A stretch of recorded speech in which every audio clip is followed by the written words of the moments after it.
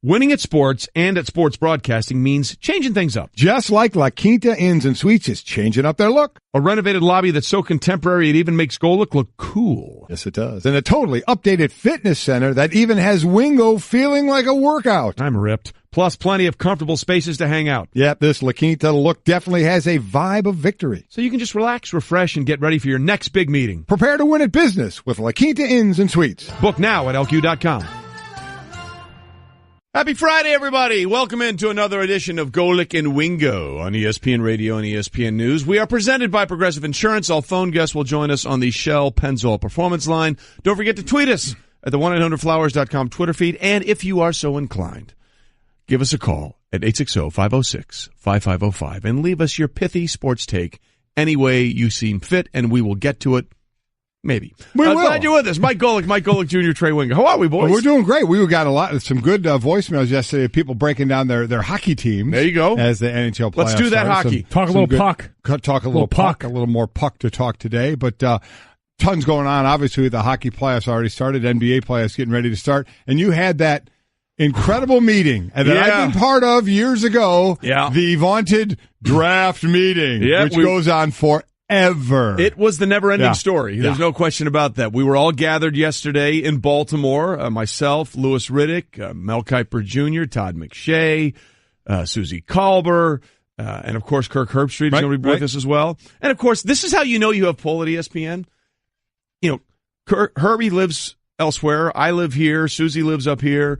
Todd lives around here. We all went to Baltimore. All went to Baltimore because? Of Mel Kiper Jr. Uh-huh. Because Mel has and I'm not lying, air quotes, compound on the water in Baltimore. We all had to gravitate toward the big hair of Mel Kiper Jr. Did a home game for Mel. I guess the big question for me, as I asked you on Twitter, was it catered? But was it catered with pumpkin pie? Because anybody that doesn't know, Mel Kiper has a piece of pumpkin pie every single morning. I do imagine that Mel Kiper's kitchen just looks like draft scouting reports littered all over the place, and just open up a fridge and it's just rows of pumpkin pie. There's nothing else but pumpkin pie. He will literally sometimes eat a whole pumpkin pie a day. And nothing wrong with that. A whole pumpkin pie a day. No problem with that at all. So we did not have pumpkin pie. Wow. What we did, they had some sandwiches, which was nice. Then they had some little candy lying around. But the first thing I thought of when they brought in the candy is what you tweeted me yesterday. Were there donuts? There were no donuts. There were no donuts. But it was an extended dance mix version of a meeting, which is always fun. Oh, my gosh. We went through the first round and some of the players, so it's going to be listen, there's a lot to get into the draft, and especially some things that happened yesterday. Oh, boy. With the draft 2 weeks away, it's going to be all part of that. But we're looking forward to that, and there's lots of football to get into as well. But let's get the show started, shall we? It's time for Off the Top. Whether you like it or not, it's just beginning. With Golic and Wingo. And we start off the top in baseball as the Red Sox, well, they're not going to go 161-1 anymore. They may go 160-2 now as they've lost 2 games. Yeah. But they beat the Yankees 6-3 to improve to 10-2 this season. Tied for the best 12-game start in franchise history. Rick Porcello threw 7 scoreless innings, and the Red Sox have an MLB best ERA of just over 2. Yeah, their starters are getting the job done right now, sitting at 10-2 and playing incredible right now. We're going to go over the suspensions too from yesterday. You missed the fun yesterday of the base brawl with the Red Sox and the Yankees, but taking that no-hit bit into the 7th inning for the first time in his career. Started slow last season before going on to lead the majors with 17 losses this season. Certainly has been a different pitcher in this the first 3 games of 19 under the belts of both the Yankees and the Red Sox, and we only have 2 players suspended and a whole bunch fined. Yeah, no, a hot start to a rivalry that has 16 more meetings over the course of this season. I think it was 17 going into last night. This is exactly what we could hope for. This, for me, we've talked about all the great storylines for Major League Baseball at the beginning of the season. Reigniting this in a major way is one of them. This was the defining rivalry of my childhood in baseball in the early 2000s when the Red Sox were coming back to championship prominence. So if we can get this as the Yankees start to grow into themselves with a couple of the new additions to the roster this year, job well done. Absolutely. As for the suspensions, again, you mentioned to it. Right. Joe Kelly, the pitcher, was suspended 6 games. Tyler Austin 5 games for their parts in Wednesday's brawl. I know why they do it, but to me, it should be the same number of games missed. I know we're going on percentages, but Tyler Austin literally, they're both appealing it, by the way. Yes, they are. And they'll probably get reduced. But Right now, the way it sets, Tyler Austin's going to miss 5 games, and Joe Kelly will probably only miss 1 start. Yeah, again, by percentage, though, it is about equal because starters usually go 30 to 33 starts, and baseball players can play, 162 games. That rarely do, but so I think the percentage can be kind of close, and that's why they do it. It does seem odd on its face when you read it and look at it, but that's one of the reasons why. A bunch of players and coaches, Alex Cora, the manager for the Red Sox, got fined. Third base coach Phil Nevin, and then a bunch of players who were on the DL came onto the field. Everybody's allowed to run onto the field. Right. You're allowed to clear the benches, except if you're on the DL. Yeah. You can't go onto the field, and some players who were on the DL went on the field, so they're going to lose some money out of their paycheck. Information that would have been useful to me yesterday, I'm sure those guys are saying. Well, it is interesting, though. It's the only sport where you can run onto the field and there's no problem. No problem at all. NBA, you leave the bench, there's an issue. NFL, you come on the field, you leave the bench, it's an issue. Major League Baseball, hey, everybody, come on out here. Unless you're on the DL. Unless you're hurting, which, by the way, if you're hurting, don't run out for a brawl to begin with. Exactly right. This just in, you might hurt yourself a little more. Like I said, no one really wants to throw a punch anyway, so why would you even waste your time running out there if you're hurt? Whoa, hey, back it up. It's because you want to be known as you went out there. Yeah. You don't Teammate, I had your back, bro. I had your back if anything were to happen. If that guy wasn't holding me back, I totally would have been there. Yeah. I'm behind you 100%. Literally, behind you 100%. Off the top. Speaking of 100%, starting as a DH, Shohei Ohtani recorded his first career triple Thursday, a bases-clearing shot that helped the Angels beat the Royals 7-1. Ohtani is killing it, Mike. Yeah, he absolutely is. I mean, it is pretty amazing where he is right now, what he's doing. Now, 26 at-bats, so when you read some of the things about him, leads the majors with a .769 slugging percentage as a hitter, minimum 20 at-bats. He has 26, so... But still, it's an incredible. He wants to play more. He's talked about wanting to be out there, playing more, pitching and hitting, obviously. As I mentioned, 3 home runs, 11 RBIs now. He's getting it done. I mean, he was that storyline coming into the season. He's absolutely living up to it right now. Showed some speed, hitting that triple as well. He's showing all the tools that he has in his tool belt. It's been impressive. And I guess the question is going to be is, can he be consistent throughout the season doing this thing? Can he be, and can this staff contain themselves? Because he's chomping at the bit now like any young kid who's experiencing some early success would. Can this staff properly manage him? Can they have a long-term approach and not get too excited about these early returns? Because we do remember that, oh, by the way, they've also got Mike Trout on this squad as a guy who yesterday hit had 3 hits, I should say, including his 5th home run of the season, tied for the quickest he's reached 5 home runs in a season. So that was what Buster Olney came on the other day and talked about, is with this team is a legitimate force now to be contended with, because in addition to this surprise in their phenom, they've got one of the reigning and perennial MVP caliber players in the league. And every once in a while, Albert Pujols can still do things as well with a bat. But to the interesting thing about the slugging percentage you mentioned, it's also as a pitcher, he ranks 2nd in slugging percentage allowed with multiple starts. So he's literally doing everything that they thought he could be doing. The question is it sustainable?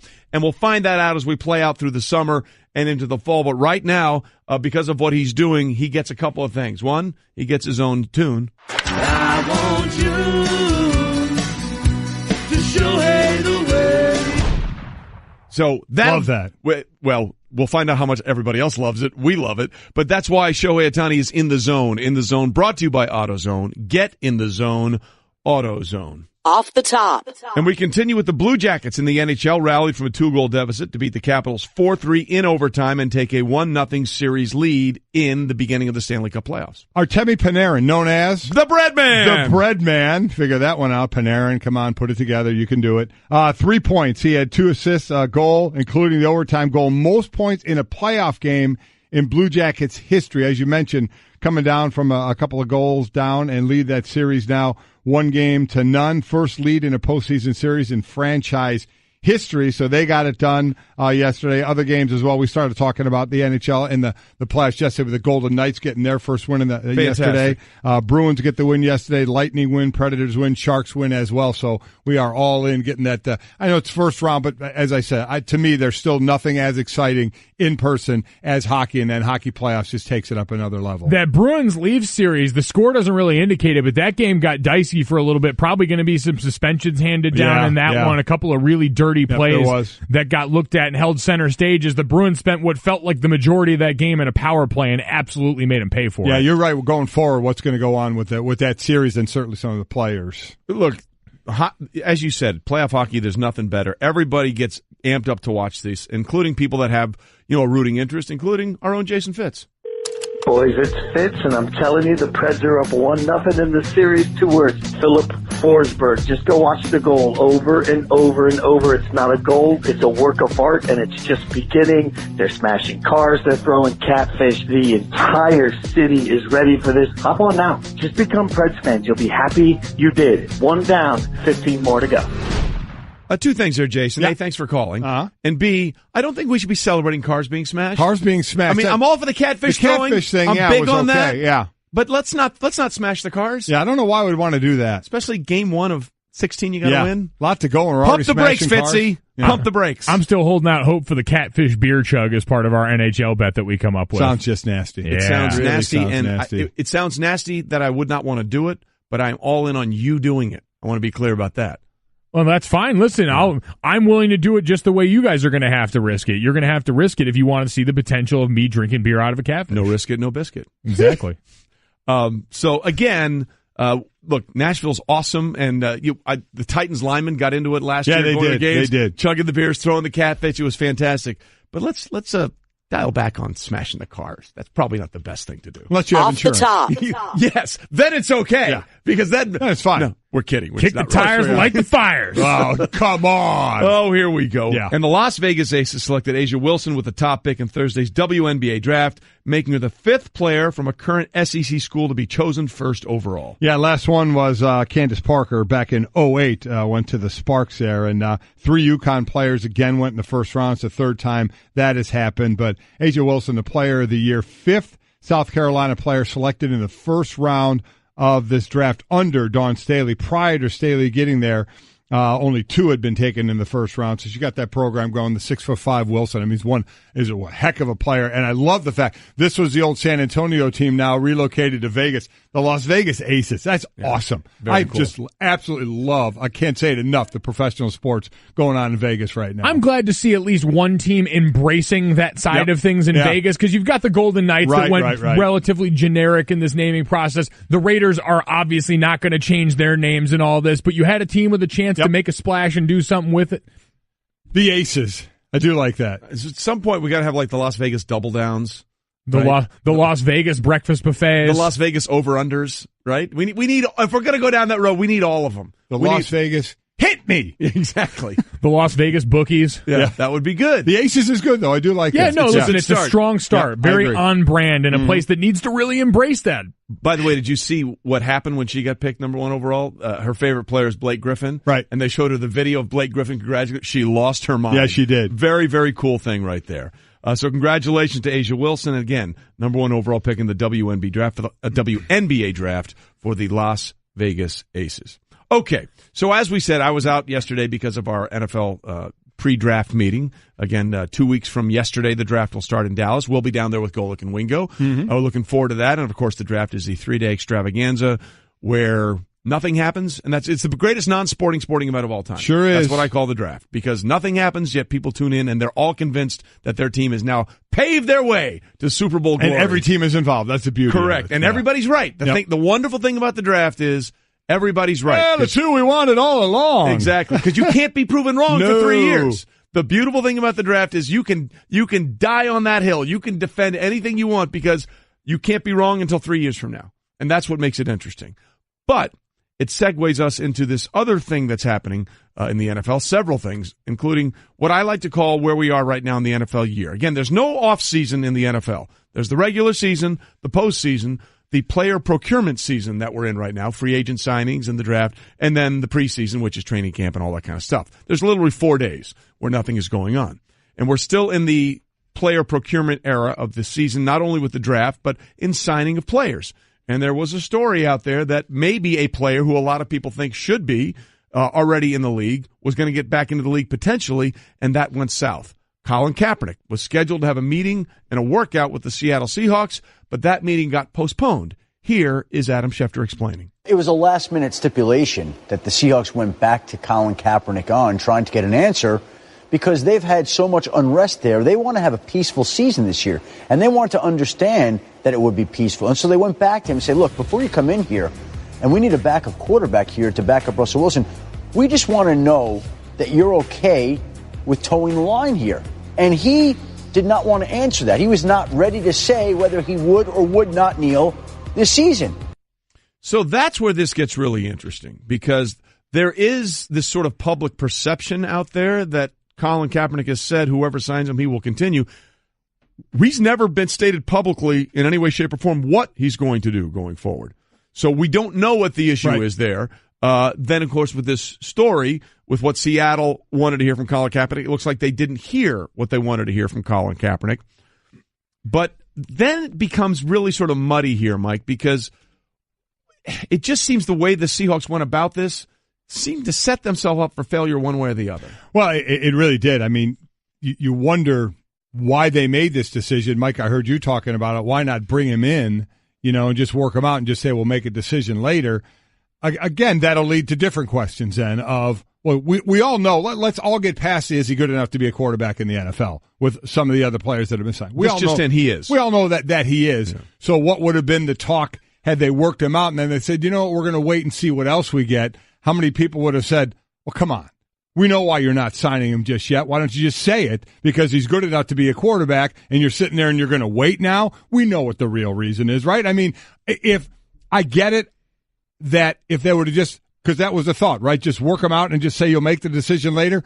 But don't you think that would have led to questions of, wait a minute, there's no doubt this guy's good enough to be a quarterback. We all know the reason they're not signing him right now. There is, but we also know that workouts happen all the time, and we saw in a different setting with Robert Griffin III where they brought him in to throw for receivers in a workout that wasn't necessarily one for him that they thought was going to lead to anything, but ended up down the road where they said, all right, you know what, let's revisit some of the talks that we had before. They like to check in and see how guys are doing. You can excuse it away in a number of different ways that in my mind at least lessen the blow than something as stark as, now, you know what, we're going to put this on hold right now.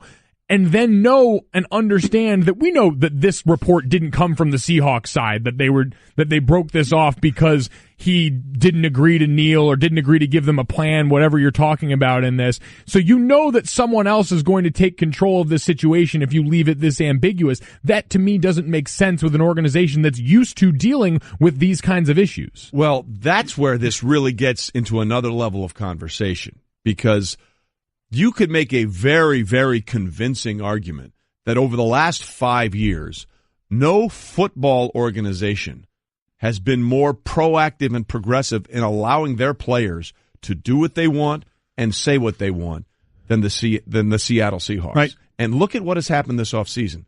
One of the most outspoken, Richard Sherman, see you later.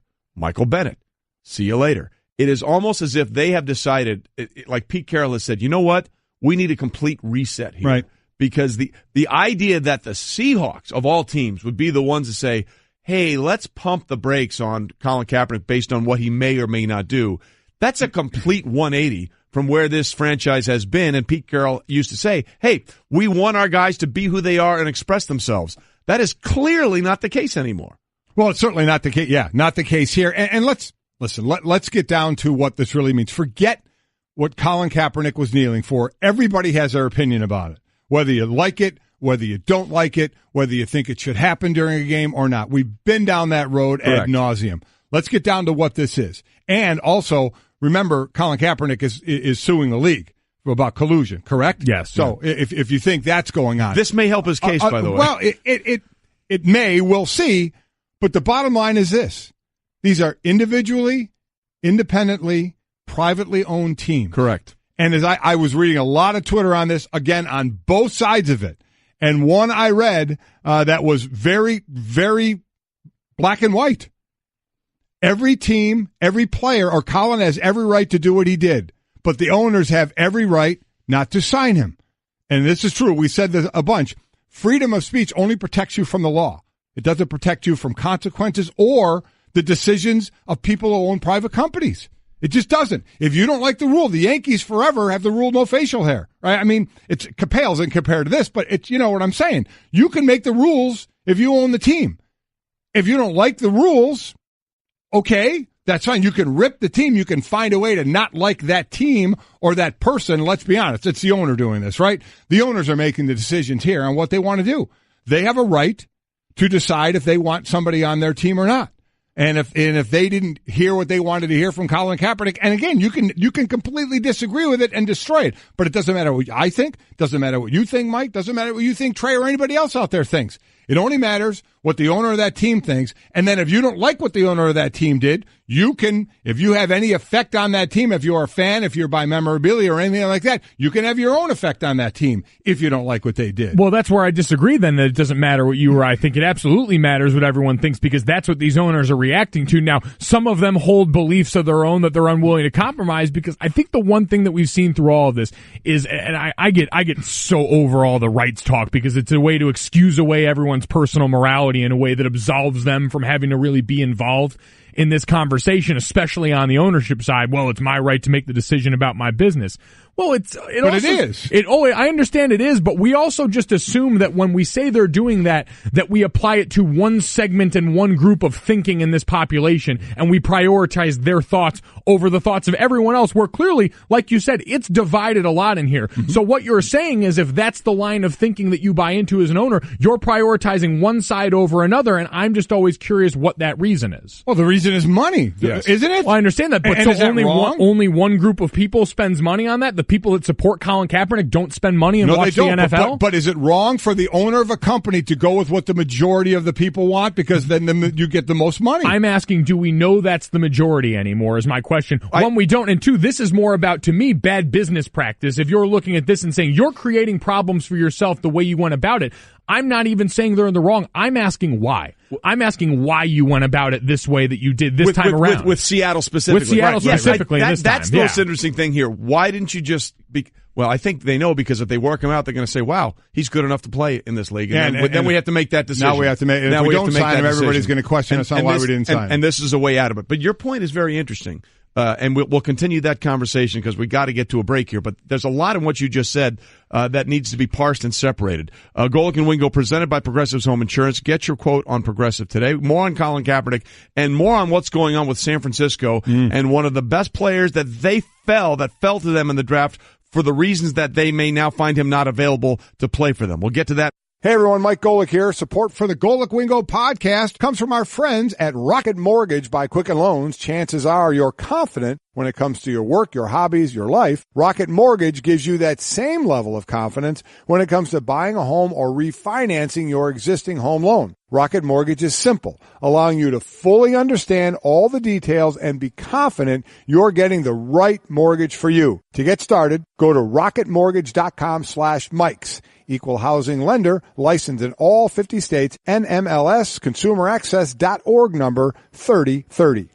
Winning at sports and at sports broadcasting means changing things up. Just like La Quinta Inns and Suites is changing up their look. A renovated lobby that's so contemporary it even makes Golic look cool. Yes, it does. And a totally updated fitness center that even has Wingo feeling like a workout. I'm ripped. Plus plenty of comfortable spaces to hang out. Yep, this La Quinta look definitely has a vibe of victory. So you can just relax, refresh, and get ready for your next big meeting. Prepare to win at business with La Quinta Inns and Suites. Book now at LQ.com. Because Jay Billis and a lot of these guys that we'll hear from have smart answers, and they're a lot smarter than me. You're pretty smart. You're probably the smartest one in the show, so don't start saying you're not that smart, because that really hurts Trey. Hold on. I like how you just lumped Trey into that. We'll have an IQ test later Trey, to determine that. Trey, you just got your phone number hacked, so I mean, come on. It's Golic and Wingo.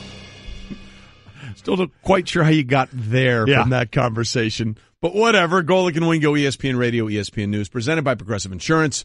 All phone guests join us on the Shell Pennzoil Performance Line and tweet us at 1-800-Flowers.com Twitter feed. Okay, we were sort of finishing up the conversation here about what's going on with Seattle and why they decided to not work out Colin Kaepernick because they couldn't get clarification as to whether or not he was or was not going to continue his kneeling. And Mike, you brought up a point, Junior, I got to be clarifying here. Junior, you brought up a point about what do we really know about what fan base they're serving or not serving by deciding going down this road.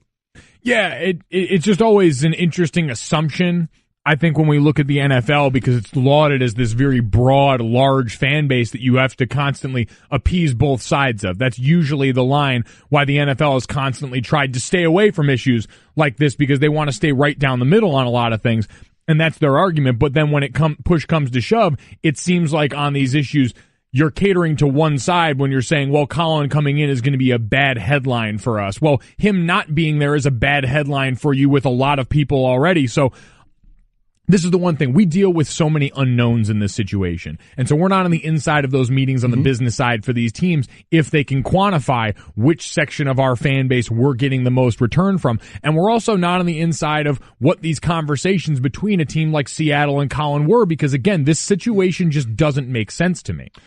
As far as, which side of it is the majority in this, I mean, I don't know what teams do if they do something to try and find that out. Well, wouldn't you want to know? Well, we heard Mara in New York, didn't they send out a massive email or whatever it was, communication with season ticket holders to see where they stood? I got to believe there's something that's done to try and find out. But regardless of that, the point still is they get to make their decision. Correct. And if their decision is wrong, then they pay the price. I got a tweet from Aaron that said privately held companies like the NFL teams still receive taxpayer money to support their stadiums and do day-to-day operation costs. If the owners want to foot the bill for everything, then I agree they can do what they want. Well, they can do what they want. They're privately held. But to Aaron, to partially agree with you, they can be held to the consequences as well. If a player wants to speak up and a team doesn't want to sign him because of that, the team has every right to do that because they're privately held. And also then, if fans of that team or consumers of that product, if it was a regular company, want to fight back by saying, we're not going to give money to your business, then the owners of teams or owners of companies, they can feel the consequences as well. They can. Look, at the end of the day, what you're saying is absolutely correct. Colin can choose to do what he wants to do, and as long as there is no overriding, hey, let's all get together and not do this collusion, the owners of the NFL have the right to do what they want to do, and the question then becomes, which one do you believe or is actually affecting your business one way or the other? And that's where we are in this. Let's just be honest about that. By the way, this from Adam Schefter, the Seahawks have now signed a quarterback, former Washington quarterback Stephen Morris. So there you go. See, well, thus endeth the lesson. The one thing that I get tired of, whether it's our network or another network that lists, look at all these quarterbacks that signed and Colin Kaepernick is not signed. Aren't we past that? Aren't we past the fact that Colin Kaepernick doesn't have a job in the NFL? Has nothing to do with his football ability. I mean, again, one thing we don't know is what he's asking for money-wise to come in as a backup, but forgetting that part of it, but I guess if he's asking for a lot, you can't forget that part of it. The listing of quarterbacks that we've never heard of before, well, how are they in the league? And Colin's not. Come on, we know. We're past that now, aren't we? Yeah, I think a lot of that is just leftover rawness from the fact that for so long one side tried to sell us on the idea that Colin was over the hill and that all these different things about him as a player. So all that stuff still holds up. For me, this is just as simple as why and how they went about this this operation. I guess that's what I still can't understand, because that indicates motivation on both sides. At this point, what motivates Colin as a person? He's got so much going. He's been a figurehead for this movement. He is the guy that spearheaded and led to everything else that's come. But it's a movement that we've also seen fracture. We've seen Malcolm Jenkins, some of the guys in the Players Coalition, and Eric Reed, some of the guys closest to Colin Kaepernick, have disagreements in the way to go about this going forward. So what motivates Colin now? What motivates Eric Reed, who's also looking for a job?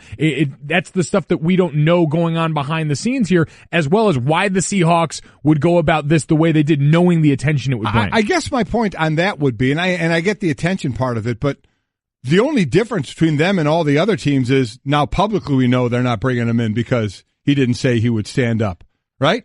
We already know that other teams, because the other teams haven't even tried to bring him in. Nobody's tried, and we know the reason why. Yeah, we just know that Seattle now made it kind of public.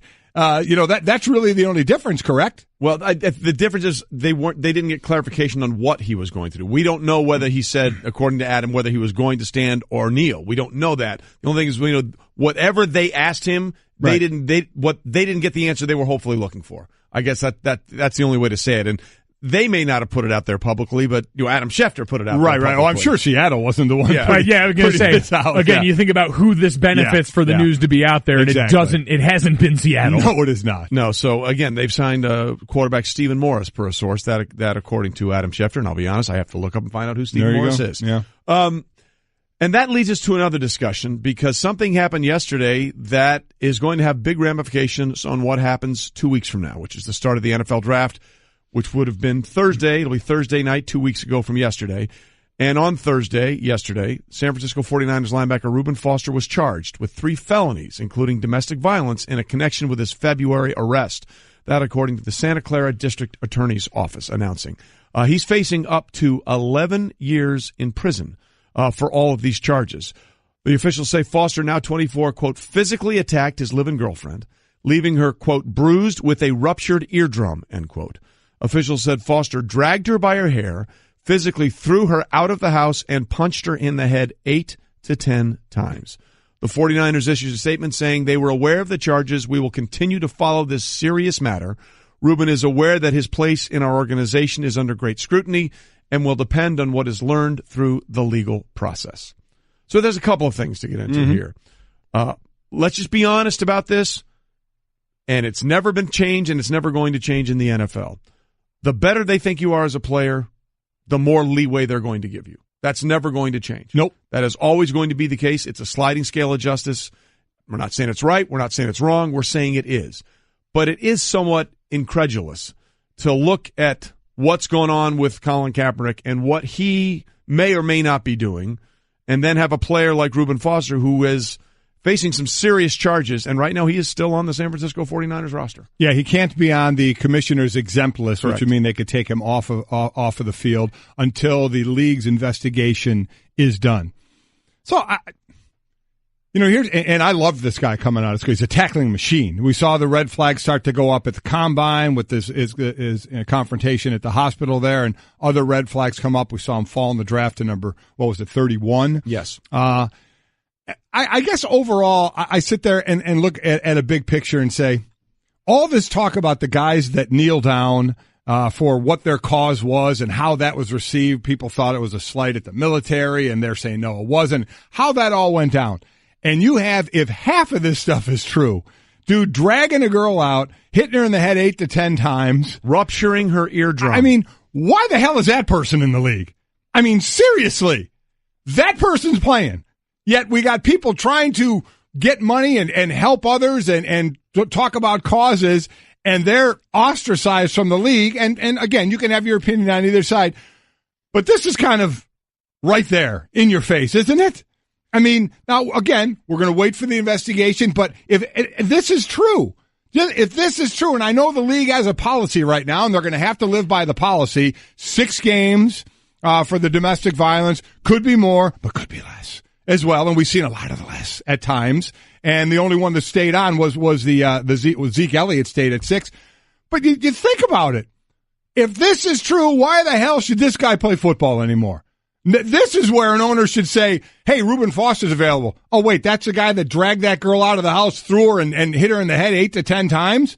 Yeah, you know what, we're going to pass on that. Oh, but he's a great player. Oh, he is? Well, maybe we should sign him then. I mean, this is where it blows my mind of what you see out of somebody and willing to look the other way because of how good a player is. That's the frustration with all of the Kaepernick people, regardless of what context that conversation comes up with. As far as the 49ers, they've got to nail this because you're a franchise that's getting ready to enter your window and has to make a statement about who you're going to be. And I understand that there are rules and the PA's got to abide by this. They do. This is one area where you'd like to see some cooperation between all the parties involved, team, PA, and league, where you say, all right, we understand we got to go through a process. We can't put him on the exempt list, but we can't have this guy around the building right now. Can't do it. This is nothing but negative attention in a time of year where if you're that team, you don't want it distracting from what's going on. And if you're the league, you understand the importance of getting these situations right in a way that you have refused to and been incapable of for so long. Well, look, there's 2 things at play here. Number one, I'm really curious to see where the line in the sand is for Kyle Shanahan, the head coach, and John Lynch, the general manager, with Reuben Foster.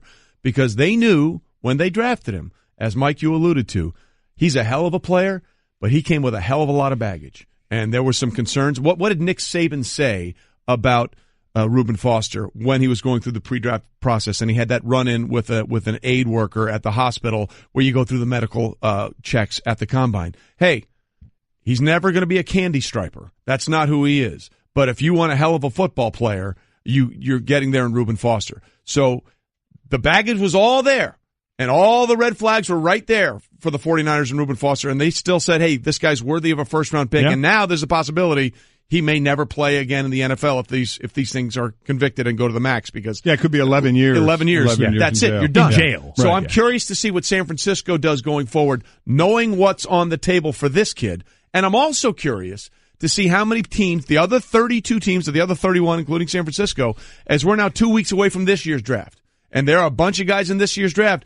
You love their talent, but there are some major red flags with these guys as well. Is what happened here going to give these guys any pause about taking these guys who they think, hey, maybe they can play, but is it worth the downside of what the San Francisco 49ers are going through right now with what is a really, really disturbing picture? If true, if the allegations and the charges, these are not allegations, these are charges now. He's been charged with 3 felonies. If he's convicted on this, are you willing to risk your organization to go down this road, what San Francisco is now having to deal with some of these guys coming up that could hear their names called Thursday, Friday, or Saturday in the draft? Love scoring amazing hotel deals? Then you've got to get the Hotel Tonight app. Forget scrolling through never-ending lists of hotels. Hotel Tonight shows you a select list of incredible deals at hotels you actually want to stay at. And even though the name's Hotel Tonight, you can book up to 100 days in advance in top destinations and up to a week in advance everywhere else. Want to get those deals? Yeah, you do. Download the Hotel Tonight app now. I think Golic Jr. needs to understand he's just our farm system. That's exactly right. That's what it is. We just cherry pick off his show. If he's lucky, we'll give him credit, but that's not guaranteed. No, but we're certainly not paying him. No. Paying him? No. I still haven't given him my bill from raising him. Time for a little Straight Talk, brought to you by Straight Talk Wireless. Best phones, best networks, no contracts. Yeah. Little young MC in the background there. All right. Golic and Wingo, ESPN Radio, ESPN News. Again, get us at the 1-800-Flowers.com Twitter feed, or call us at 860-506-5505. Okay, all three of us are here. We're going to run through this. All right, we got the NBA playoffs starting, and we got to figure out who's going to win each series. Okay, by the way, here are the NBA radio playoff games this weekend. Saturday, we got the Spurs at Golden State, 2:30 Eastern. Sunday, we got the Pacers and the Cleveland Cavaliers at 3. So let's start going through them. Good thing we gave ourselves a lot of time for this. Well, sure. We're going to fly through. Rapid fire. People like rapid fire. Let's go. Toronto, Raptors, Washington Wizards. Who do you got in how many games? Old Mike. There are those that think Washington may give Toronto a go here. I don't think so. I'm going to say Toronto in 6. I'm going to say Raptors in 5. I'm going Raptors in 5 as well. Okay? Now, 2 versus 7 in the East. Celtics, no Kyrie against the Bucks. Ooh, I like this one. I'm going Milwaukee in 6. Whoa! I'm going the upset. 6. Yeah, in 6. Milwaukee in 6. Milwaukee in 6. I'll go Boston in 7. Okay. I hate this. I'm just like you. I'm going Boston in 7 as well. I want to take Milwaukee, but I'm not really sure. Sixers, Heat. 3-6. Man, is Philly ready? Is Philly ready for They've won this? 16 straight games. And Embiid's going to be back. What? Maybe in the second game. I don't know if he's coming back in game 1 or not. I'm going Philly in this one. I'll go Philly. I still like the number 6. You like Philly in 6? I'll go Philly in 7. First road test is going to be an interesting tell for this team in the playoffs. I'll go Phillies in 6. I'll go Philly in 6 as well with that one. 4-5. Cavs Pacers. Cleveland in 5. Cleveland in 4. I'll go. Ooh, sweet. You're killing me. I'm going Cleveland in 4 as well. I'm taking the Cleveland Cavaliers in 4. Okay. West. Yep. Rockets Timberwolves. Rockets and Timberwolves. I'm going to go Rockets in 5. Rockets in 4. Sweep. I'll go Rockets in 5. Okay. Golden State versus San Antonio. Golden State in 5. Golden State 6. You and I are almost. I'm going Golden State in 6 as well. I need to see it, especially no Steph Curry. You need to see it. All right. Yeah, I understand. Portland Pelicans. Wow.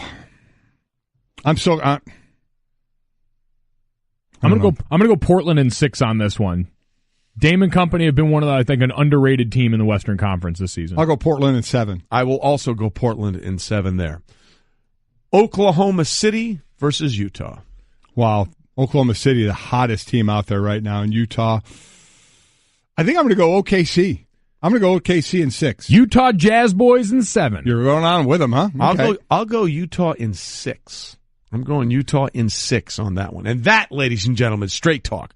Brought to you by Straight Talk Wireless, nationwide coverage on America's largest and most dependable 4G LTE networks. Coming up, Woj joins us to tell us why we're wrong, and that should probably take 7 seconds. Yep. I'm a one-trick pony. Literally. I show up at kids' parties and act cute. That's pretty much it. So excuse me for being bitter. When Geico says not only could we save you money on car insurance, but we do more. Like give you 24/7 access online, over the phone, or even via our award-winning mobile app. Well, ooh la la. Aren't they multi-talented? Hey, I said organic carrots. Geico. Expect great savings and a whole lot more. Winning at sports and at sports broadcasting means changing things up. Just like La Quinta Inns and Suites is changing up their look. A renovated lobby that's so contemporary it even makes Golic look cool. Yes, it does. And a totally updated fitness center that even has Wingo feeling like a workout. I'm ripped. Plus plenty of comfortable spaces to hang out. Yep, this La Quinta look definitely has a vibe of victory. So you can just relax, refresh, and get ready for your next big meeting. Prepare to win at business with La Quinta Inns and Suites. Book now at LQ.com. Golic and Wingo on a good Friday morning, ESPN Radio and ESPN News. A little classic Garth Brooks from Mikey C. bringing us back in. Presented by Progressive Insurance. Phone guests appear on the Shell Pennzoil Performance Line. Tweet us at the 1-800-Flowers.com Twitter feed. By the way, Mikey C., the board op, his breakfast. You know what his breakfast is? Cigarettes? Cigarettes. He's already had 2 today. Yeah. Mm-hmm. Cigarettes, a hash brown, a Pop-Tart, and an energy drink. Woo! Breakfast of champions. I wonder how baby. all that tastes as you're ripping darts, you know? There you go. There's a cup of water mixed in there. There's a cup of water. Oh, boy. Just hydration. Just to put it all together. Get it all going. Just think of that mixture swilling on Seals down. in all the juices. That's why we think he's going to live to be, 34. There you go. Glad you're with us on a Friday morning. Woj is in studio. Yes, he is. ESPN NBA insider extraordinaire Adrian Wojnarowski will join us, giving us the Straight Talk, brought to you by Straight Talk Wireless. Best phones, best networks, no contracts. Woj, a lot to get into as we're getting set for the start of the NBA playoffs, and it's also the awards season and all that kind of stuff. We'll get into that, but first, you want to do what's trending, Mike? Let's do it. Okay. And Shohei is trending in all the right directions. Shohei Ohtani. 3-run triple in the Angels' 7-1 win over the Royals.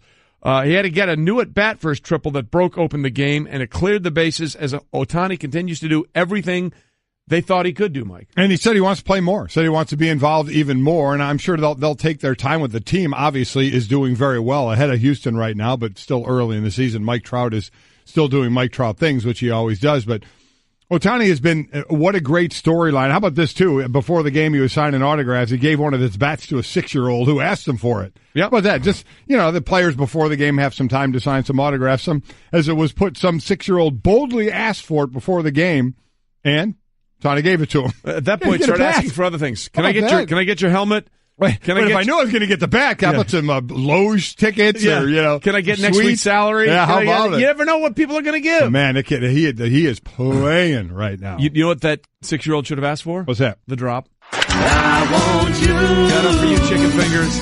This is for you. Shohei the way. Yeah. By the way, he now leads the majors with a .769 slugging percentage as a hitter, minimum 20 at bats. Now he has 26 at bats, so he but still, I mean, listen, from what we saw in spring training to what we see now, the Angels got to be unbelievably happy about that. And second best slugging percentage as a pitcher, 136. I mean, not bad. You name it, he's doing it. Well, the Red Sox bold attempt to go 161 is over, but they're still on pace for 160-2 as they improve to 10-2 on the season as once again they take down the Yankees. Yeah, Rick Porcello had himself a big night here, a no-hitter into the 7th inning. He's 3-0 with a 183 earned run average.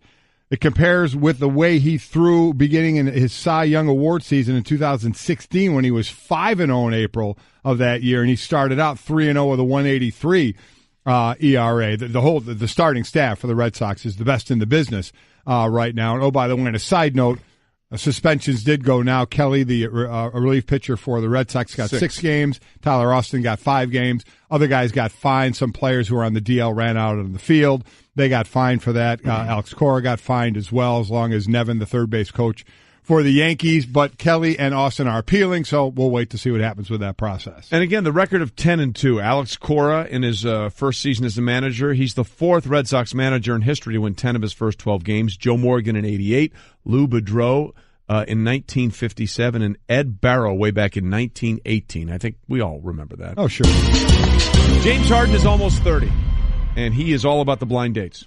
All about him, Mike. He has no issues. He likes the blind dates, but one thing about him, he doesn't really eat on blind dates because he says he gets food stuck in his teeth.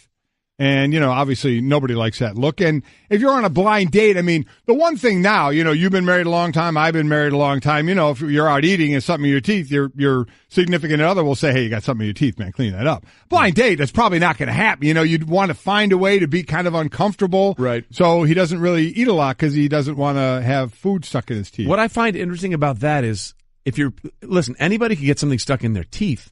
To me, you might have food particles in that beard. Yeah. I mean, that to me, if you're James Harden, that would be the bigger concern. And the biggest concern for Adrian Wojnarowski is he's listening to us talk about this when we could be talking about the playoffs. So let's get to that, Woj. Let's get to the playoffs. And also, obviously, like we have in every league once the season is over, massive coaching changes.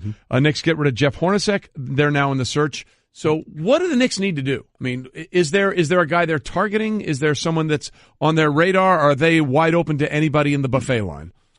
Well, a few of the candidates who they're going to talk to, who they plan to contact here, David Fizdale, Jerry Stackhouse, who has been a G League coach with the Toronto organization the last couple of years, got to the finals this year, won a championship last year, has pretty rapidly earned respect as a future head coach. He'll get some, I think he may get a couple interviews in this cycle, whether he gets a job this year or not. Maybe it sets him up to get one next year, but he's being considered elsewhere too. And David Blatt, I think they'll talk to him, and Mark Jackson is a conversation for them. But I think Fizdale is going to be an interesting candidate for them, and he I think the one thing Scott Perry has talked about, their new GM, is he having someone with presence and personality and as well as somebody who can be a program builder, because that's really, this is a rebuild, and it's even more of a rebuild. It's been that way for a while. It is, and it's even more of a rebuild with Porzingis coming off an ACL injury. You don't know how much he's going to play next year, and you don't know what, typically you are not going to be great coming off of it. It may take all of what's left of next season for him to get back in the following years when he's himself again. So, but I think Fizz Fizz has a real chance to sell himself to them for this job and to be in position to maybe get an offer. Scott Perry, he was on with Michael Kay at 98.7 ESPN in New York, and he said, we don't really need this name thing. We just want someone that can win. And that's your coverall statement. Yeah. We get a win, that takes care of everything. But is that really true in New York? Don't you need some kind of, do you think that they need some kind of name recognition there, or do you buy into what he's saying? I don't. And they have fallen into that trap for too long. They need someone in New York to put together a credible program, to get players better, they need stability in that job. They have cycled through coach after coach, and they've not had stability in the front office. And it's no accident, that they won one playoff game in 18 years. Right.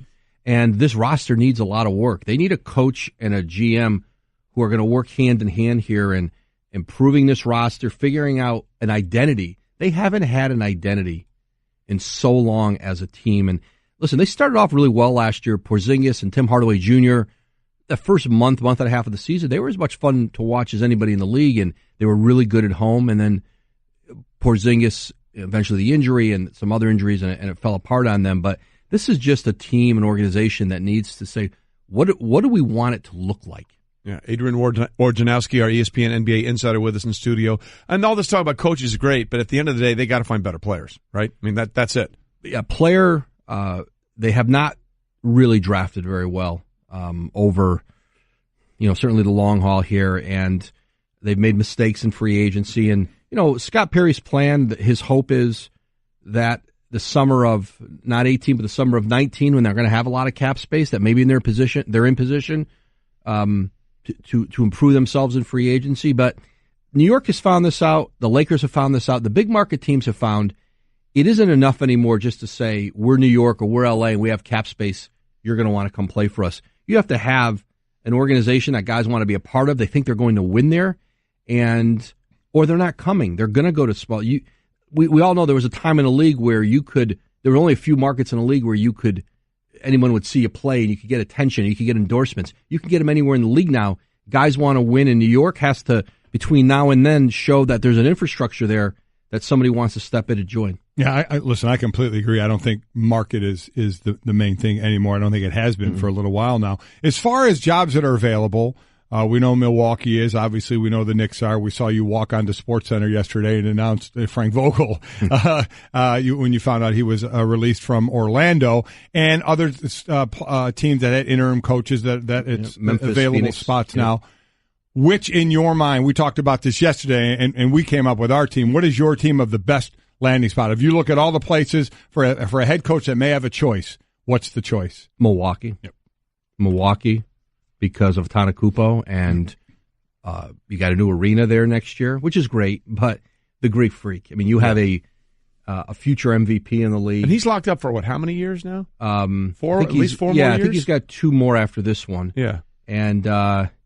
And he is not a player who is he really likes it there, and he wants to win there. He's not someone whose eyes are on, I want to be in a big market. But whenever you have a player of that caliber, you've got to always be showing him you are on a pathway to winning. This is a really important hire for the Bucks, and they have they probably underachieved a little bit this year, but they have some pieces there, and you've got a player you can just build the whole thing around, and that's the most. I think it's the most compelling job. And the Knicks are the Knicks. Like, there's still people, just the real estate, the garden, that matters to people, even though it's not.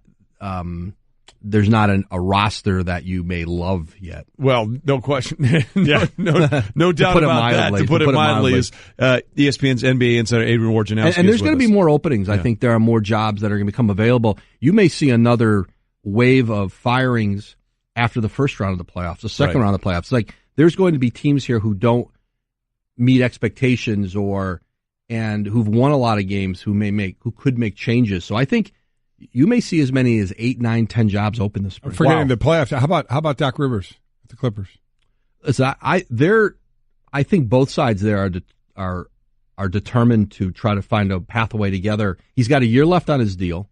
The Clippers would like to bring him. Certainly, they're bringing him back next year, and I think they'd like to find a way to get something done longer term. But that conversation, I think there's still more conversations that are going to happen between Steve Ballmer and Doc Rivers, but I know Lawrence Frank, Mike Winger, their front office, they feel like they have an elite coach. They don't want to be out in this coaching marketplace. They're not finding a better coach than Doc Rivers. Again, by the way, Giannis is signed through the 2021 season. We got that confirmed, so he's got 3 more years left, which would make that very interesting. Okay, that's for teams that are trying to go through rebuilds. Let's now look at these teams that are in the postseason, because it's getting really interesting for a couple of reasons in the East. Obviously, the injury to Kyrie changes things dramatically, and the fact that he won't be there. And then you have the situation with Philadelphia. How much stock do you actually take into what they've been able to accomplish during this 16-game winning streak? Remarkable. It's remarkable.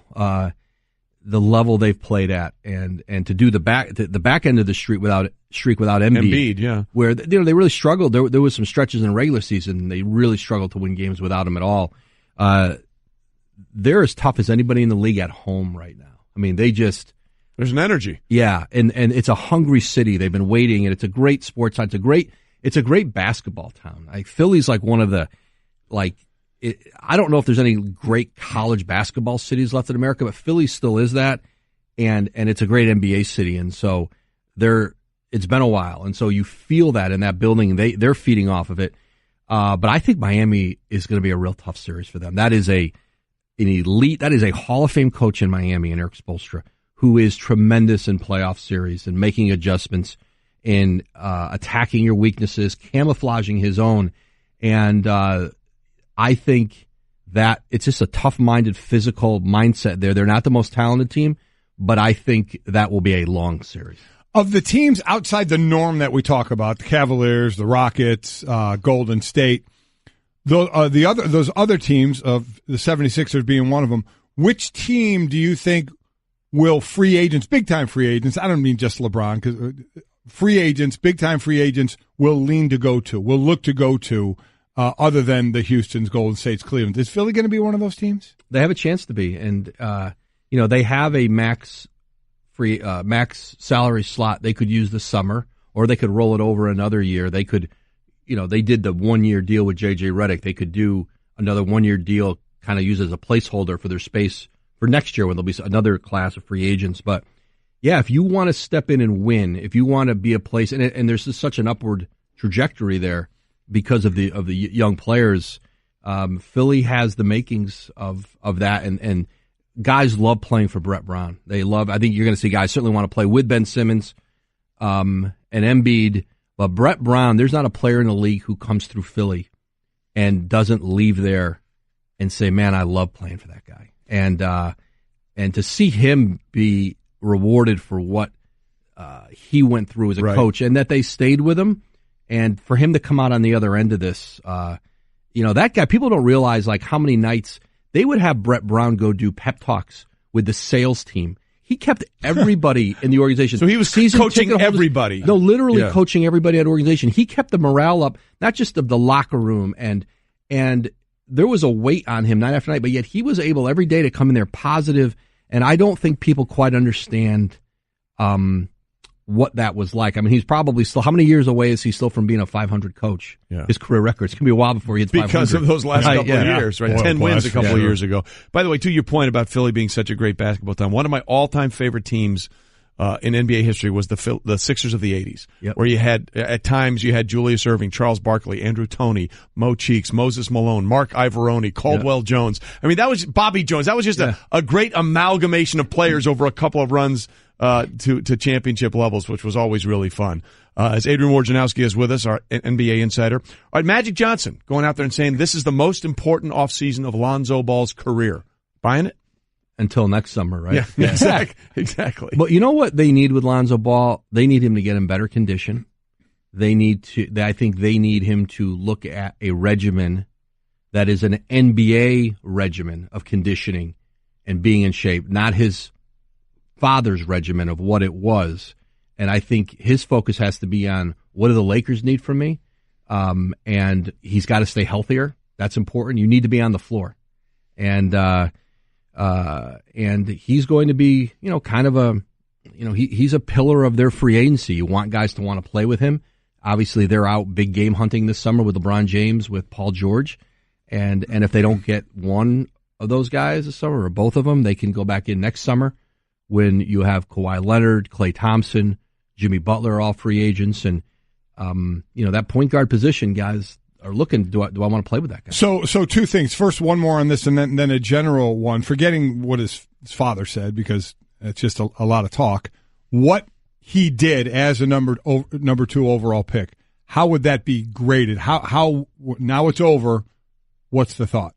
I thought, all in all, really, really well, and most do. There are very few point guards who come in this league and really dominate it, because this is the golden age of point guards. It really is. There's never been more great point guards in the league all over the place as there are now. And so you don't see many of these guys come in and just really dominate.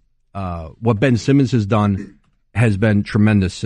But a lot of these guys, it takes time. It's kind of like coming in a quarterback in the NFL. You don't see guys just and you see some jumps from some big ones from year 1 to 2. And so I think all in all, really good when you just look at it. And what most important, guys liked in that locker room, they liked playing with him. They like Lonzo Ball. So now the Lakers, one of the teams not in the playoffs. We're going to talk a lot about, obviously, through the playoffs, the teams that are in the playoffs.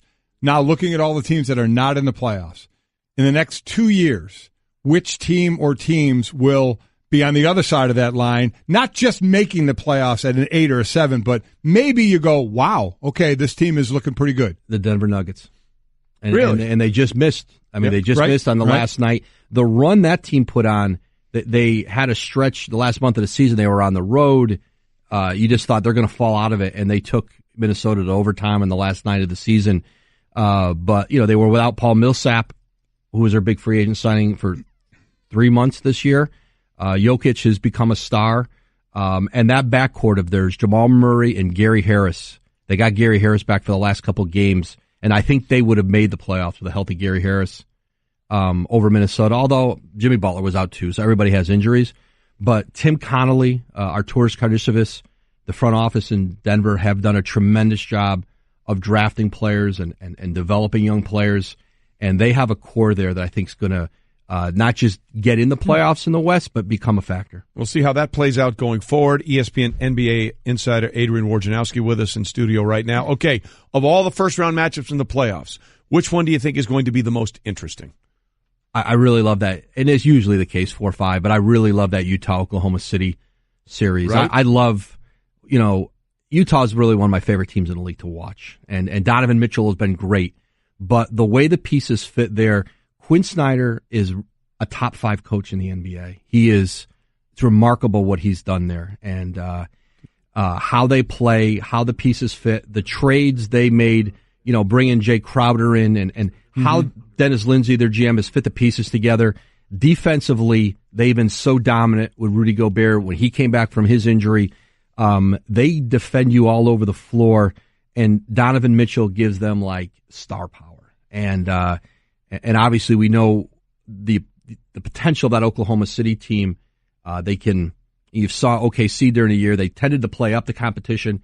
They have lots of wins against the elite and some bad losses against the lower that kept them down a little bit further than you thought. To your point, I mean, they were under 500 way into this season. I think they finished 30-6, some ridiculous stretch that Utah was able to put together. So it was absolutely fascinating. Woj, we'll see what plays out going forward. Guys, thank you. Have a great weekend. Always like having you on the show. Hey everyone, Mike Golic here. Support for the Golic Wingo podcast comes from our friends at Rocket Mortgage by Quicken Loans. Chances are you're confident when it comes to your work, your hobbies, your life. Rocket Mortgage gives you that same level of confidence when it comes to buying a home or refinancing your existing home loan. Rocket Mortgage is simple, allowing you to fully understand all the details and be confident you're getting the right mortgage for you. To get started, go to rocketmortgage.com/Mikes. Equal housing lender, licensed in all 50 states, NMLS, consumeraccess.org number 3030.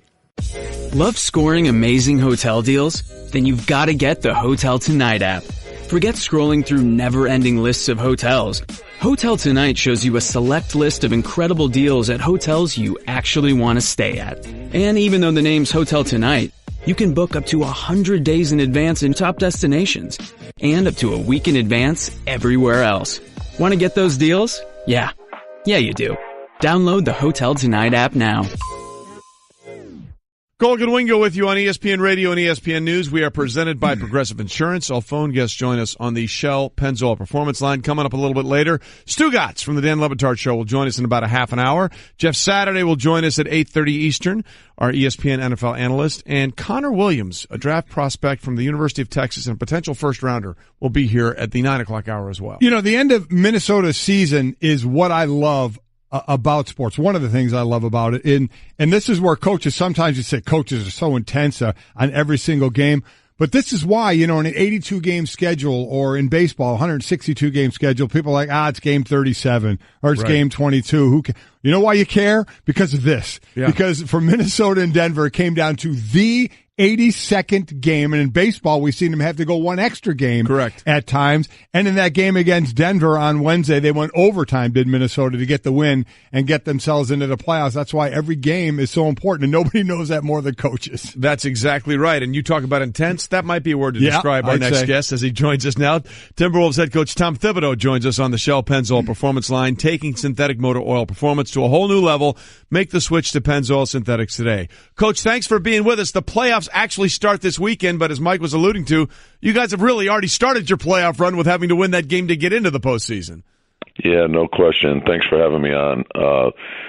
The last month, as you guys know, the West was so tight, it felt like you were already competing in the playoffs. Every night mattered, every play mattered, and then, of course, to have it come down to the last game, that last game against Denver had a Game 7 feel to it, and it was virtually a play-in game. So In many ways, though, for our young guys, and of course for us, we haven't been in the playoffs in 14 years.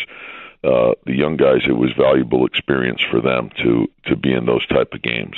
Let me just say this real quick, Coach. If you ever don't want to coach, you have a future in FM radio with that voice. Just let you know that. I can hear you playing some deep tracks off Deep Purple or Pink Floyd right now going through my head. Well, just keep a seat available there.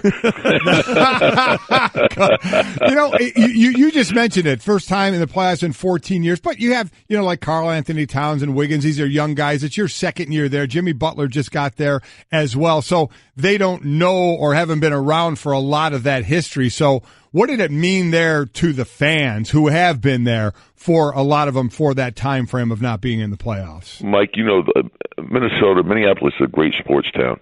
And so they've gone through a long period of time. It's pretty hard to go through 14 years of not being in the playoffs. So it was beaten down pretty badly. And I think for the players, that the best part about our team is the fact that Cat is young and Andrew is young and Tyus Jones is young. They're only going to get better. But for I think the city and our fans, just to have a team that can come out and play hard and compete, I think that was exciting and it resonates with our fans. And so we were very fortunate to be able to add Jimmy Butler, a guy who's 28 years old, just going into his prime. Being a top 10 player in the league, but also being a two-way player and adding a lot of mental and physical toughness to the team was exactly what we needed. And of course, we were very fortunate to also get Taj Gibson and Jeff Teague. Thom Thibodeau with us, head coach of the Minnesota Timberwolves. As you said, listen, the end of the season really was a playoff run as it was so bunched in the West, and you guys had to take care of Denver to get in. So that's the good news. The bad news is you get the Houston Rockets, a team that I think you were 0-4 against in the regular season. So how do we change that dynamic in this first round of the postseason? Yeah, and you're right. I mean, the Rockets have had a great year, and when you dig into their numbers tell you how good they are, and they're strong on both sides of the ball. So you have to play for 48 minutes against them. Everyone thinks of them mostly as an offensive team, but they're also an excellent defensive team. And you can't have a bad 2 or 3 minute stretch against them because they can put a lot of points up in a short amount of time. So playing for 48 minutes, challenging shots, they're going to take 40 to 50 threes. You got to be up on them, a lot of long rebounds, but they have guys that when you have two elite players with the ball, and James Harden and Chris Paul, puts a lot of pressure on your defense. So we're going to have to do a great job of trying to contain dribble penetration, and a guy like Capella puts enormous pressure on the rim. So we have to have good body position against him, and then you have to have discipline to close out to the shooters. At this point, when you play a team 4 times and now you're in a series with them, you know them, they know you. How much is it still? I know it's got to be adjustments in game, but how much is it X's and O's in preparing for these guys, or just flat out, hey, we know what we have to do, and it's all about execution? Well, I think, and it's probably the biggest difference between college basketball and the pros, in the sense that in college, it's the NCAA tournament's exciting because it's one and done, but in the pros, it's a series, and so you're playing the same team over and over again. So you're going to know them inside and out. They're going to know you inside and out. And then it's your execution. It's, do you have a fundamental base to your game? So when someone does this, this is your counter to doing that. And your ability to think on your feet, read and react, and your preparation is critical. And hopefully you've built the right habits to endure those things. A mental mistake in the playoffs could be the difference between moving on and going home. So the concentration's critical, the maximum effort is critical, and hopefully you've been building those habits throughout the course of the season. And oftentimes when you look at the games during the course of the season, there's a lot of things that go into it.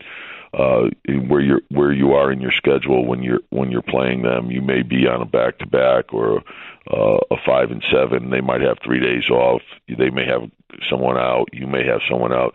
So I think you have to look into all that and then see how you match up now and how you're currently playing. Thom Thibodeau with us, head coach of the Minnesota Timberwolves. To your point about what a great sports town Minneapolis is, we were there obviously for the Super Bowl. Right. It was great. And how everything's connected and all downtown really makes it a lot of fun with all the arenas and the stadiums there. But listen, this is the postseason, as you alluded to. There's the edge between winning and losing is so small. Your stars have to show out in terms of Butler and Karl Anthony Towns. But who needs to be that X factor for you guys to pull off one of the rarest upsets of all time, an 8 taking down a 1 in the NBA playoffs? Yeah, I think you have to play well as a team, and you're right. Like, I think, teams are going to gear up for those guys, and you can throw Andrew Wiggins in there as well. Yep. But the thing that a guy like Jeff Teague, who's been very good in the playoffs throughout his career, and he's done a great job of running our offense and getting into the paint and making plays. And then, of course, we've added Derrick Rose. We have Jamal Crawford off the bench, and Tyus Jones has played very well for us, along with Gorgie Deng. So, we need the depth of the team. And as you guys saw in the last game, a guy, Taj Gibson, is sort of one of those guys that goes under the radar all the time. And all he is about winning, and he brings so much toughness to the team. I had him in Chicago. He closed a lot of games for us in Chicago. But he does. His defense is invaluable. His screening, his running the floor, his ability to finish in the paint, set great screens, all that stuff. You really don't measure a lot of that stuff in a box score. But I think his teammates and his coaches know how valuable he is to winning. Coach, you've been in this game a long time. Got in college coaching back in '81. First time in the NBA was in the late '80s with Minnesota as an assistant. So you've been around this a long time. You look at, like, your team average, I think, 22 threes a game. And for the Rockets, they average right around 500 threes a game. I mean, honestly, actually, it's 501. We did the math. It's actually 42 threes a game that they attempt. Just from when you started coaching in the NBA to now, do you still see it? I mean, it is going this way. I mean, how different is it for you in coaching that to where, man, you take a three, don't even think about stepping inside the 3 line. We need a 3. Well, there's several things. One, you guys remember the 90s, the physicality of the game. Oh, yeah. And the rule changes really, I think, have led us to where we are today. In the 90s, you had virtually power forwards were playing the small forward position, and if you cut through the lane, you were going to get hit, and you're going to get hit pretty good, and you could grab and hold on the perimeter. And the game became too slow, and it was very difficult to score. So, with the intentions of the rule changes was to open up the game, and I think it's done that. I think the game is in a great place. I think you're seeing now more small forwards are playing the power forward position, and you're seeing a lot more shooting on the floor. And I also think you're seeing the development of the big guys now. Like, we have one in Karl Anthony Towns that can play away from the basket, shoot threes, put it on the floor, attack the basket, or play back to the basket. Denver has Jokic. There's a lot of guys like that now, and it's really opened up the game.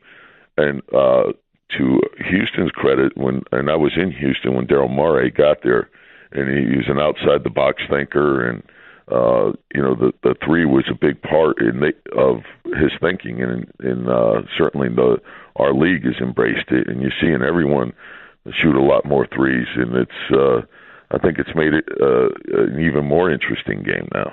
Well, it certainly has extended where you have to defend. There's no question about that. Yeah. I would imagine and guys are shooting them deeper and deeper, and Houston's a big proponent of that. They're Eric Gordon, Ryan Anderson. They're 3 or 4 steps behind the 3 now. Well, listen, that'll be something you have to take care of when you go up against the Rockets, no question about it. Coach, we appreciate you being with us. Best of luck against Houston, and we look forward to your playlist of the greatest Led Zeppelin hits of all time. There you go. Thanks, Trey. Thank you, Mike. All right, bye now. That is one of the best voices of all time. It's a phenomenal voice. Phenomenal voice. Dude's got pipes, man. You imagine coaching in the early 90s and having your 7-footer throwing up threes? You'd say, sit down. Yeah. Karl Anthony Towns averaging about 4 threes a game at 7 foot. I mean, it's what they do, man. In the late 80s, the late great Manute Bol developed a 3-point shot and was like, oh, look how crazy this is. Now literally everybody is doing it. It's nuts. I'm a one-trick pony. Literally. I show up at kids' parties and act cute. That's pretty much it. So excuse me for being bitter when Geico says not only could we save you money on car insurance, but we do more. Like give you 24/7 access online, over the phone, or even via our award-winning mobile app. Well, ooh la la. Aren't they multi-talented? Hey, I said organic carrots. Geico. Expect great savings and a whole lot more.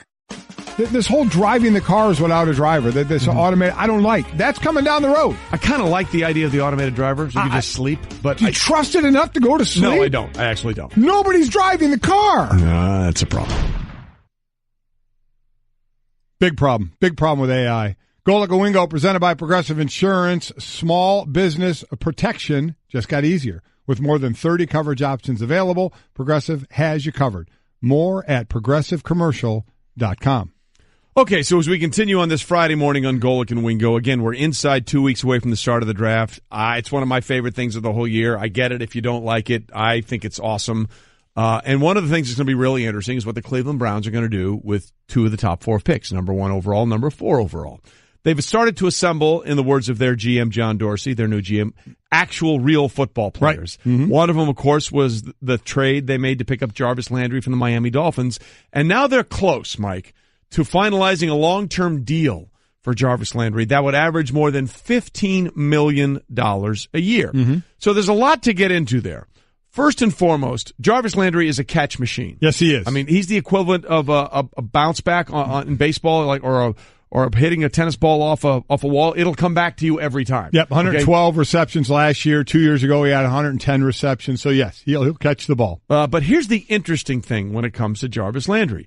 He is, in every way, shape, and form, the definition of a possession receiver. For example, he had 112 catches last year for less than 1,000 receiving yards. Now, let's put that in some sort of perspective. There have been 101 players with 100 catches in a season since the AFL-NFL merger of 1970. Landry is only one of 4 out of those 101 who didn't reach 1,000 receiving yards.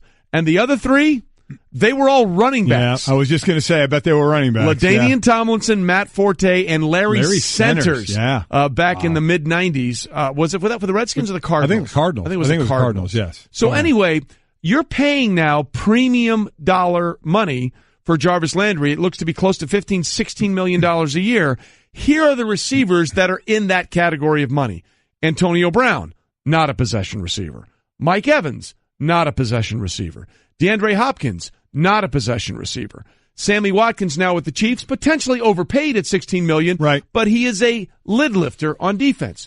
So are they right to look? You're worth what someone will pay you. That's exactly right. I get it, but is this the proper use of the resources of the cap space for the Cleveland Browns? He did have 9 touchdowns. He did, which is more than the last 2 years combined. Now the last 2 years, not the 2 years previous, he had over 1,100 yards in both those years.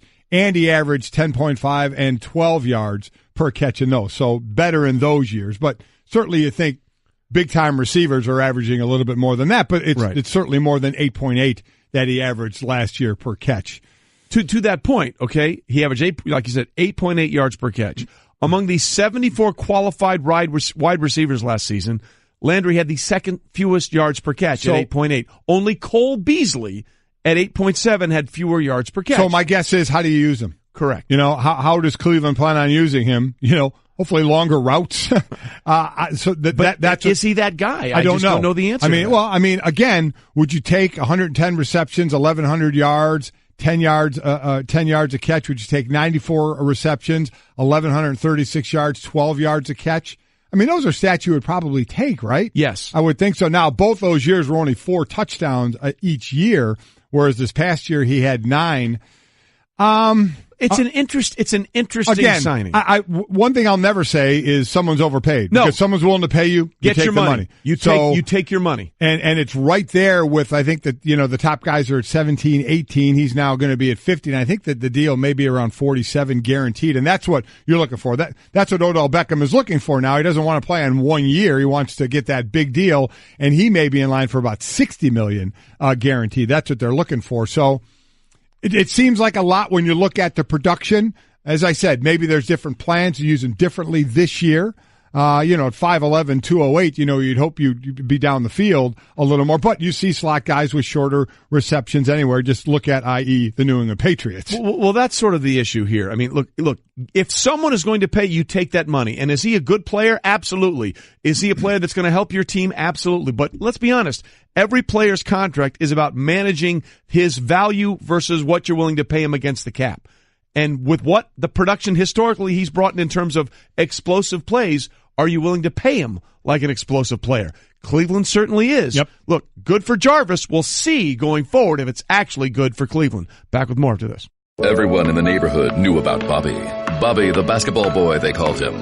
Bobby wanted to go pro someday, so he was always out in the driveway shooting hoops. But one day, his mom came out and told him, "Hey, your wife wants you to take out the trash?" His mom was visiting, and Bobby was a grown man. He had kind of missed his window. Plus, no one had ever seen him actually make a basket. But on the other hand, Bobby had heard how Geico could save him money on car insurance, so he switched and saved. So it was all good.